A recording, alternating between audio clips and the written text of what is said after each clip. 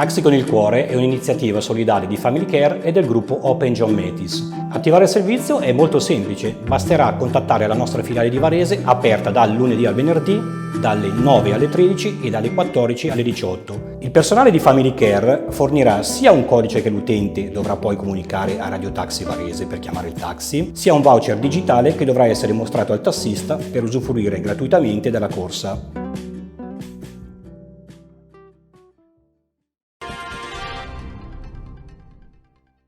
Buona serata da prealpina.it.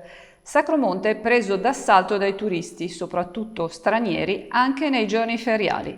La collina che accoglie le cappelle della storica Via Crucis è meta costante di gite e visite culturali. Vediamo il servizio di Barbara Zanetti con le immagini di Agenzia Blitz. Maria Rosa Bianchi, presidente dell'Associazione Amici del Sacromonte, è lunedì mattina e ci troviamo in Piazzale Pogliaghi davanti alla sede dell'associazione e già sono arrivate decine di turisti stranieri, soprattutto a chiedere informazioni. Come sta andando la stagione? Sì, la stagione per noi è iniziata verso Pasqua e direi che abbastanza bene, soprattutto stranieri, vediamo una buona affluenza di stranieri, in particolare tedeschi, francesi e svizzeri. E anche però italiani, abbiamo anche un buon riscontro con gli italiani. Non è una stagione ancora molto vivace, diciamo che siamo in attesa che arrivi veramente il grosso del turismo, però cominciamo a vedere le persone. Quali sono le richieste da parte dei turisti? Sono di richiesta a 360 gradi, dai parcheggi, dove sono i parcheggi, dove è il Sacromonte, perché sembra strano ma quando arrivano qui sopra non sanno di essere già al Sacromonte, dove sono naturalmente le maggiori attrazioni, dove poter mangiare, dove poter alloggiare, insomma le cose normali che vengono chieste quando si arriva in un posto turistico. Ci spostiamo a Lonate Pozzolo. Strada statale 527 chiusa a causa di un palo di cemento dell'Enel divelto e rimasto incombente sulle due carreggiate. Si stanno per concludere soltanto ora gli interventi di messa in sicurezza. L'incidente è avvenuto attorno alle 14. Due auto si sono scontrate ed è stato centrato anche il palo della linea elettrica, che si è spezzato alla base ed è rimasto sollevato soltanto grazie alle catene di sicurezza. Sul posto i vigili del fuoco e la polizia locale. Il pronto intervento Enel ha fatto ovviamente la sua parte. Fortunatamente non si tratta di linea ad alta tensione e non ci sono stati feriti. In pronto soccorso però sono finiti i due conducenti dei mezzi, due uomini di 22 e 46 anni.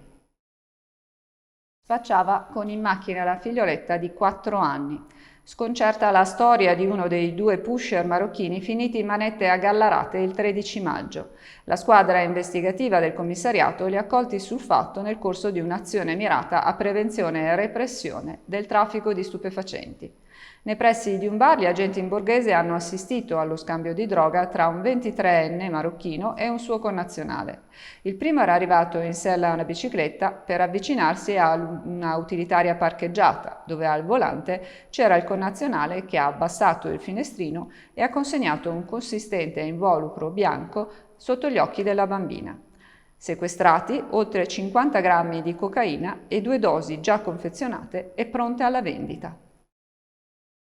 A Comerio un uomo già pregiudicato e decisamente ubriaco è arrivato a picchiare i carabinieri che cercavano di fermarlo mentre barcollava lungo via Piave, creando pericolo per se stesso e per gli automobilisti di passaggio.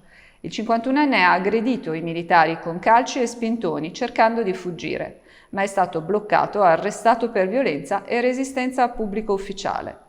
L'arrestato è stato trasportato all'ospedale di Circolo e piantonato dai militari fino alla mattina successiva, quando l'arresto è stato convalidato, ma è stata disposta la liberazione in attesa del processo. Sopralluogo del Partito Democratico in via Giusti a Somma Lombardo per fare il punto sullo sviluppo di Malpensa, alla vigilia del nuovo incontro dei comuni del CUV con la Regione. Il PD ribadisce che lo sviluppo debba essere sostenibile. Ascoltiamo l'intervista al senatore Alessandro Alfieri curata da Mattia Boria. Può essere la chiave di volta dopo una trattativa che va per le lunghe, le infrastrutture che il territorio chiede ormai da tempo e soprattutto un'attenzione ai voli notturni, la chiave di volta per sbloccare sia il master plan?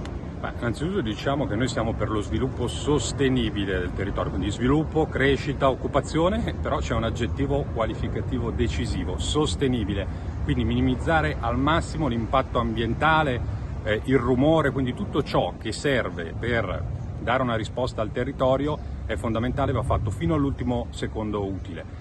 Prima questione. Compensazioni ambientali, infrastrutture attese da tempo, noi siamo qui in Via Giusti perché va riqualificata l'arteria che lega Sommalombardo all'aeroporto, c'è il tema della tangenziale di Somma atteso da tempo, per l'Onate ci sono aspetti legati alla transizione ecologica, un investimento sull'energia che restituisca al territorio una parte dei disagi che subiscono, e poi le rotte notturne. Politica tariffaria per disincentivare i voli notturni o per incentivare le aziende e le società che gestiscono i voli a cambiare la flotta aerea, e più in generale minimizzare l'impatto dell'intervento sulla cargo city, quindi sia lo sviluppo dell'aeroporto ma che sia sostenibile. Chiudiamo con il basket. Luis Scola è pronto ad acquisire il 51% delle quote di Pallacanestro Varese, una svolta epocale per il club attualmente controllato dal consorzio Varese nel Cuore. Vediamo il servizio di Giuseppe Sciascia.